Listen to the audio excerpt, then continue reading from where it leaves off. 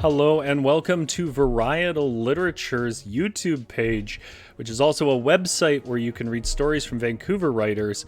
We just like to have fun with narrative here. This specifically is called Live Read, though it's obviously not exactly live. It is a single take of an author reading their own work, sometimes live, sometimes not actually live. And I'm going to be reading part 3 of a 4-part story that I wrote called The Deadwood Reaches. If you have not read parts 1 or 2, it is kind of important that you at least look through those a bit or skim through. You'll be pretty lost. They don't. It's definitely an interconnected story. And if you do want to read the Deadwood Reaches part 1 and 2, you can check in the description below. There are links to it. Or if you want to hear the Deadwood Reaches part 1 and 2. There should be a link somewhere around here, also down in the description, but maybe on the screen if I remember, to take you to the first and second reading on this story. So, for those of you who are still here, though, and do know this story, let's do a quick catch-up, and then I'll get into the third part. So, the catch-up is... Our protagonist found out about these people that turn to trees in the winter and then turn to people in the spring and summer and help with harvest and whatever else and look a lot like people, if not basically indistinguishable. Our protagonist learned this from their hunting guide, Amon, who he meets in the first part, and then there's about 10 years between the first and second part where he meets him again in a tavern and finally meets the guy's wife and suspects that his wife is one of these tree people. When he leaves the bar, he sees what he believes to be an axe murder occur in the street. He calls out for people to come in, and come out to the road and like be witness to it with him, or to hear about it at least, and they basically just tell him to leave. And so he goes to his work conference. It goes badly because he's had no sleep and he thinks he's seen a murder. And he gets really drunk and drives all the way back to here. And so basically he's been driving around quite drunk.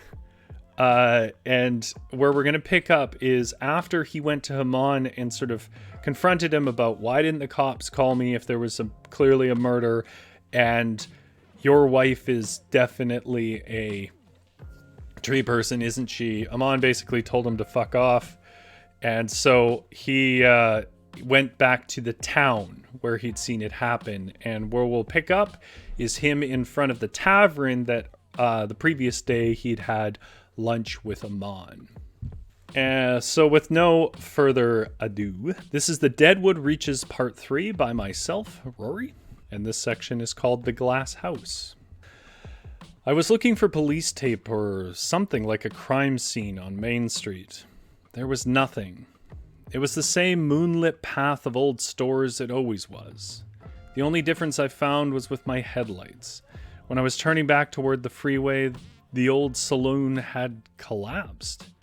It looked like a great big club had struck it lengthwise across the roof. Only the sidewalls were still standing. I stumbled back out of my car to investigate. I figured there must have been a fire, but none of the wood was charred. The weathered logs had snapped cleanly, their strawberry blonde cores protruding in jagged ways. Something had smashed the old salon like a big boulder or fallen tree. Yet nothing remained to explain it. Now, I understand the way the story is starting to sound. Over the years of telling it, I've come to learn that some people giggle or tisk at what's to come. That's all right. I've made my peace with the absurdity of the whole thing. But I can say that I remember looking up from the rubble and seeing a great big green eye catch the light from the moon. It looked a hell of a lot like an eye anyhow. It was probably 50 feet behind the saloon, back in the tree. It was enormous. It wasn't a wolf or an owl. The eye was 4 or 5 feet wide. It sobered me up and froze me stiff. Then it closed, and I did not hear any rumbling or thumping, But the tops rustled like a mad wind was pushing right through them. It rustled through the trees behind the grocery store and then through the trees down the ridge towards the freeway, toward Amon's place. I had no idea what I saw, but my instinct was to protect Amon or warn him about it. So when my body thawed enough to move again, I dashed from my car and started for the freeway. It was on the third or fourth swerve down the ridge's switchbacks that I really noticed the rye mixing with the long night. My eyes were closing on me, and the road was just streaks of blue moon shadow. My wheels would grumble on the right when they found the gravel shoulder, which told me to swerve left until the left tires started complaining the same. I heard my bag slide, then roll back, hitting the doors with a thud until a bump threw it to the footwell beside my seat. I did a big Hollywood flat slide out of the exit onto the freeway, then misshifted, which threw me into the seatbelt. The gears ground into some bad smells before I popped it back into neutral, took a breath, then dropped into fifth and floored it. The car was not running smoothly, but it was moving, and the adrenaline knocked some of the sleep out of my head. I think I might have even laughed. I don't think much about dying when I'm drunk. I don't remember much of the drive after that. There were a few close calls with trees and fences that I can still see, but the next memory I have is pulling into Amon's place and seeing a great big gash running through the greenhouse roof. The metal frames were twisted branches clinging to the jagged glass remains. The rest of the panels were glimmering in the soil that spilled out of the broken planters. My headlights shot through the building's wound to the property line fence. Amon was sprinting away and yelling something at a rustling tree line beyond his property. He leapt over the fence and disappeared into the tall grass of the valley. I stumbled out of the car, leaving the headlights on, and wove my steps into the broken greenhouse. Most of the planters were shattered by some great force, but there was a big round one spotlighted by two buzzing grow lights. It came up to my knees. It wasn't broken, but something had stepped out of it. There were dirt footprints leading out into the night. I followed them, swaying. My headlights beamed a fading path of light into the night, marked on its edges by the stretched and jagged shadows of a half-crushed house. I followed the path out to Amon. His echoes were tossing about the valley. He was pleading that something should keep the accord, that it wasn't too late. The tree line had stopped rustling by the time I got out there. I found Amon on his knees. He was oozing blood from plate glass gashes across his back and arms. His blood was black in the moonlight. I slurred something and he didn't even startle. He was covered into his shadow, whispering nothings to no one. I wished I was sober. I tried to find a solid patch of skin to grip and pull him to my shoulder, but it seemed every good place was just a ribbon between the slashes. I pulled a piece of glass about 3 or 4 inches out of his bicep, which finally startled him out of his trance. He winced, then trembled, pushing up to his feet to look me in the eye and say, "We gotta go to the grove before it's too late." His voice was distant, like a breeze. I pulled his arm over my shoulder and his wounds clung to my shirt. I burped with my hollow gut burned as it was by liquor and wobbled our forelegs back to my headlights across the tall grass. "I gotta go to town. I gotta go to the grove," Amon wheezed. You need you need to go to a hospital, bud," I slurred, helping him, then myself, over the fence. "I gotta go to the saloon," Amon began to say. "Saloon is gone, buddy. But, buddy, Amon, man, you need stitches, not beer," I laughed. It wasn't the right thing to do, but I wasn't right by that point. I counted on sleeping by that time. But Amon had stopped at the fence to look at me, his face twisted with horror. "Why are you saying the saloon's gone?" he asked between breaths. "It's fucked, man. Like God karate chopped it right in." I burped some rye reflux. "Right in the roof. It collapsed. Tinder and glass." My headlights lit up every wound on Amon's body. The plate glass shower of the greenhouse roof had wrecked his arms. It looked like he had stretched them up to guard himself from the cascade. The deepest of the gashes pushed out narrowing red tongues that spiraled down to his fingertips and slobbered into the soil. You need the hospital. It's gone? They crushed it? Amon said to no one in particular. Saloons can be rebuilt, man. It ain't just a building. It's a treaty. You can't rebuild a treaty. Amon slid down the fence and sat in the dirt. A treaty with what? What the hell are you talking about, Amon? Did someone, I watched him gaze back at me and something entered my foggy head. Did they take your wife, Amon? Fuck it. Tell me in the car. We have to get to the hospital. Amon shook his head. Forget the car, he shouted, then slumped back into the fence. Hospital's hours away.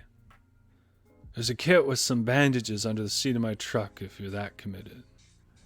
The truck wasn't locked, and I knew something about wrapping wounds from a hunting course, so I started pulling glass and wrapping gauze while Amon rambled.